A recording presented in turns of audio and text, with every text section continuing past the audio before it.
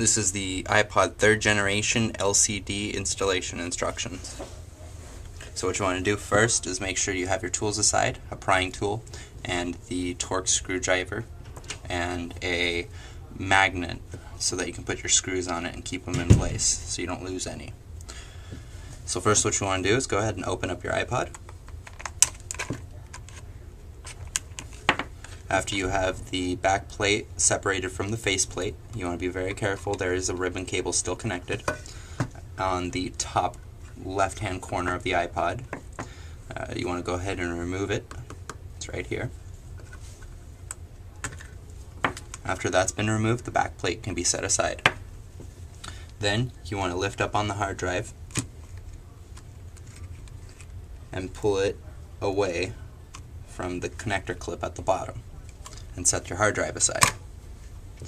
Then you want to lift the shield that was below the hard drive and pull it away by the connector. It should lift away from the motherboard. Go ahead and set that aside. Then you want to remove your battery and set it aside. Then there are 6 screws. One right here, one right here, one right here, one right here, one right here, and one right here.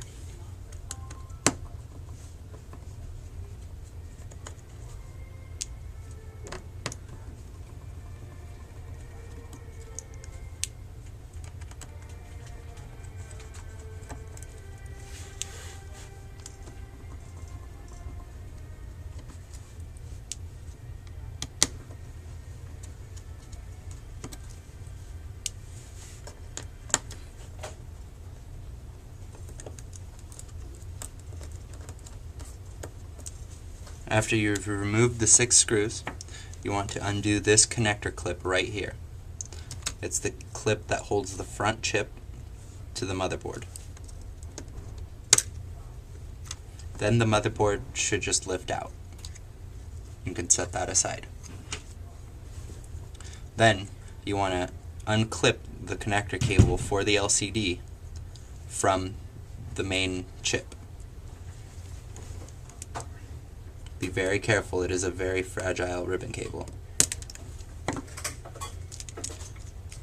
After you've disconnected that, you should just be able to lift up on the ribbon cable and the LCD should just pop out of place.